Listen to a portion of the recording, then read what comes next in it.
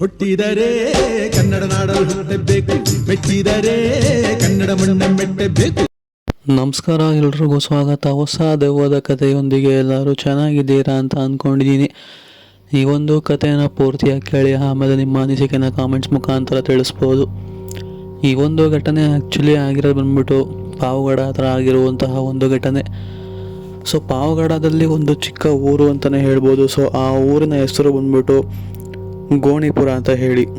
So ಈ ಒಂದು ಊರಿನಲ್ಲಿ ಅಂತಹ ಘಟನೆ ಏನಾಯಿತು ಅಂತ ಅಂದರೆ, ಅದಕ್ಕೆ ಮುಂಚೆ ಈ ಒಂದು ಕಥೆನ ನಮಗೆ ತಿಳಿಸ್ಕೊಟ್ಟಿರೋರ ಹೆಸರು ಬಂದ್ಬಿಟ್ಟು ಸುರೇಶ್ ಅಂತ ಹೇಳಿ. ಸೊ ಇವರು ಮೂಲತಃ ಅದೇ ಊರಿನವರೇ.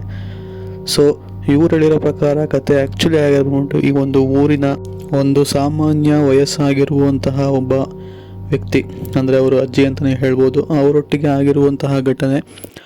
ಅಂದರೆ ಆ ಅಜ್ಜಿ ಆ ಒಂದು ಊರಲ್ಲಿ ಒಂಟಿ ಮನೆಯಲ್ಲಿ ವಾಸವಾಗಿದ್ದರು ಅಂದಂಗೆ. ಅವರು ಹಳೆ ಕಾಲದವರಾಗಿದ್ದ ಕಾರಣ ಅವಾಗವಾಗ ಏನೇನೋ ಬಡಬಡಿಸ್ತಾನೆ ಇರೋವಂಥದ್ದು.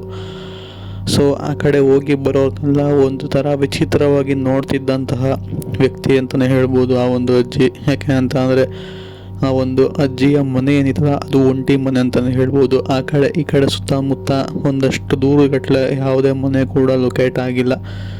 ಆದ ಕಾರಣ ಆ ಅಜ್ಜಿ ಏಕಾಂಗಿಯಾಗಿಯೇ ತನ್ನ ಜೀವನನ ಸಾಗಿಸ್ತಿರ್ತಾರೆ ಅಂದಂಗೆ ಹೇಳ್ಕೊಳ್ಳೋಕ್ಕೆ. ಆ ಅಜ್ಜಿಗೆ ಇರೋದು ಅಜ್ಜಿ ಅಂದರೆ ಆ ಅಜ್ಜಿಯ ಮನೆಯ ಪಕ್ಕದಲ್ಲಿರುವಂತಹ ಒಂದು ತೋಟ ಅಂತಲೇ ಹೇಳ್ಬೋದು ಅಷ್ಟೇ. ಸೊ ಅದರಲ್ಲಿ ಬರುವಂತಹ ಆದಾಯದಿಂದ ಆ ಅಜ್ಜಿ ಜೀವನ ಮಾಡಬೇಕಾಗಿತ್ತು ಅಂದಂಗೆ ಯಾರನ್ನೂ ಕೂಡ ಮಾತಾಡಿಸ್ತಾನೆ ಇರಲಿಲ್ಲ. ಹೀಗೆ ಒಂದಿನ ಅದೇ ದಾರಿಯಲ್ಲಿ ಓಡಾಡೋ ಜನಗಳನ್ನೆಲ್ಲ ಒಂಥರ ವಿಚಿತ್ರವಾಗಿ ನೋಡ್ತಾ ಏನೇನೋ ಬಾಯಲ್ಲಿ ಹೇಳ್ತಾ ಹೋಗೋ ಬರೋರ್ನೆಲ್ಲ ಅವ್ರನ್ನೇ ದುರ್ಗುಡ್ಕೊಂಡು ನೋಡೋ ಥರ ಅಂತಹ ಭಾಸವಾಗ್ತಿತ್ತು. ಇದು ಕೆಲವ್ರಿಗೆ ಇಷ್ಟ ಆಗ್ದಲೆ ಆ ಒಂದು ಅಜ್ಜಿಯ ಹತ್ರ ಹೋಗಿ ಎಷ್ಟೋ ಜನ ಬೈದಿರೋ ಅಂಥದ್ದು. ಯಾಕೆ ಆ ಥರ ನೋಡ್ತೀರಾ, ನೀವು ಆ ಥರ ಎಲ್ಲ ನೋಡಬೇಡಿ, ನಮ್ಮಿಂದ ನಿಮ್ಗೆ ಏನಾಗಬೇಕಾಗಿದೆ, ನಿಮ್ಮಿಂದ ನಮಗೆ ಏನಾಗಬೇಕಾಗಿದೆ ಅಂತೆಲ್ಲ ಸ್ವಲ್ಪ ಜೋರು ಮಾಡಿನೇ ವಿಚಾರಿಸ್ತಾರೆ. ಆದರೂ ಕೂಡ ಆ ಒಂದು ಅಜ್ಜಿ ಅದೇ ಥರನೇ ಹೋಗೊಬ್ಬರವ್ರನ್ನೆಲ್ಲ ನೋಡ್ತಾನೆ ಇರ್ತಾರೆ.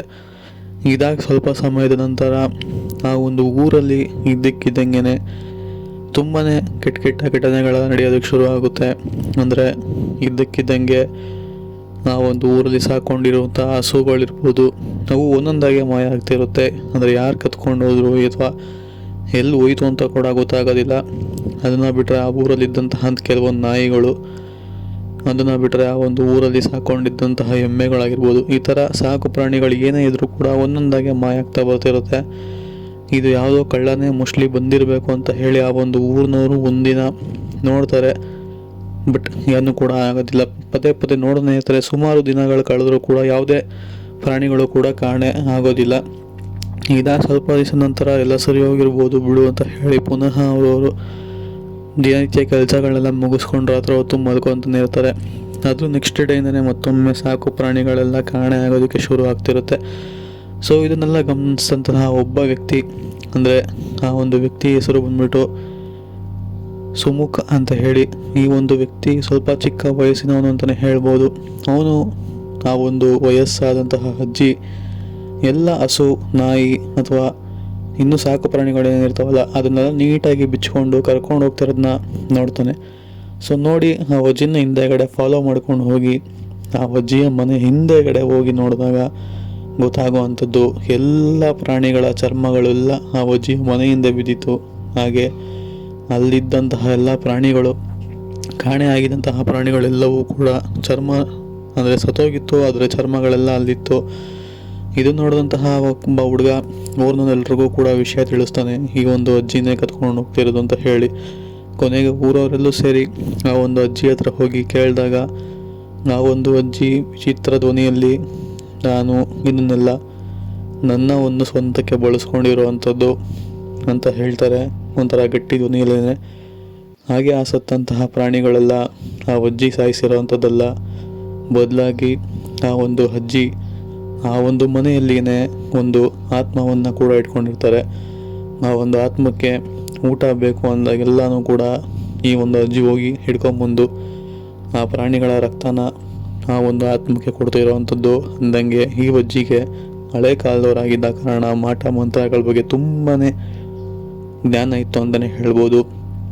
ಒಬ್ಬನೇ ಏಕಾಂಗಿಯಾಗಿ ಜೀವನ ನಡೆಸ್ತಾ ಸಾಕಾಗಿತ್ತು ಅನಿಸುತ್ತೆ. ಮೋಸ್ಟ್ಲಿ ಆ ಒಂದು ಅಜ್ಜಿ ಆ ಒಂದು ಆತ್ಮನ ತನ್ನ ಜೊತೆಗೆ ಇಟ್ಕೊಂಡು ಮಾಡ್ತಿರ್ತಾರೆ. ಇದನ್ನೆಲ್ಲ ಗಮನಿಸಂತಹ ಊರಿನವರು ನೀನಿನ್ನ ಈ ಊರಲ್ಲಿರೋದು ಸರಿಯಲ್ಲ, ಫಸ್ಟು ನೀವೊಂದು ಊರು ಬಿಟ್ಟು ಜಾಗ ಖಾಲಿ ಮಾಡು ಅಂತ ಹೇಳಿ ಎಷ್ಟೇ ಬೈದರೂ ಕೂಡ ಒಂದು ಅಜ್ಜಿ ಹೋಗೋದಿಲ್ಲ. ಕೊನೆಗೆ ಊರವ್ರು ಎಲ್ಲರೂ ಸೇರಿ ಆ ಒಂದು ಅಜ್ಜಿನ ಹೊಡೆದಾಕಿರೋವಂಥದ್ದು.